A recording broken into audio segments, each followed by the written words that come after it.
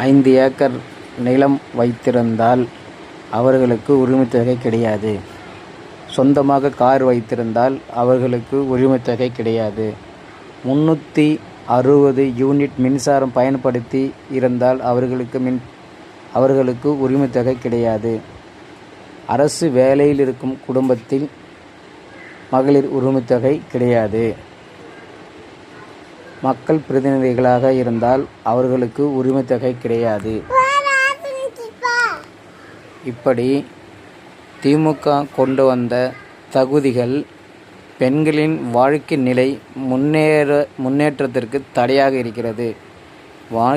பெண்களின் வாழ்க்கை முன்னேற்றத்தை தடை செய்யும் விதமாக கட்டுப்பாடுகளை விதித்துவிட்டு அவர்களுக்கு இந்த மாதம் 1000 ரூபாய் வழங்கினார்கள். அப்படி என்றால் இந்த மாதம் 1000 ரூபாய் பெறுவதற்காக பெண்கள் அரசு வேலைக்கு செல்லக்கூடாதா? பெண்கள் 5 ஏக்கர் நிலம் வைத்திருக்கக்கூடாதா? சொந்தமாக கார் வாங்கக்கூடாதா?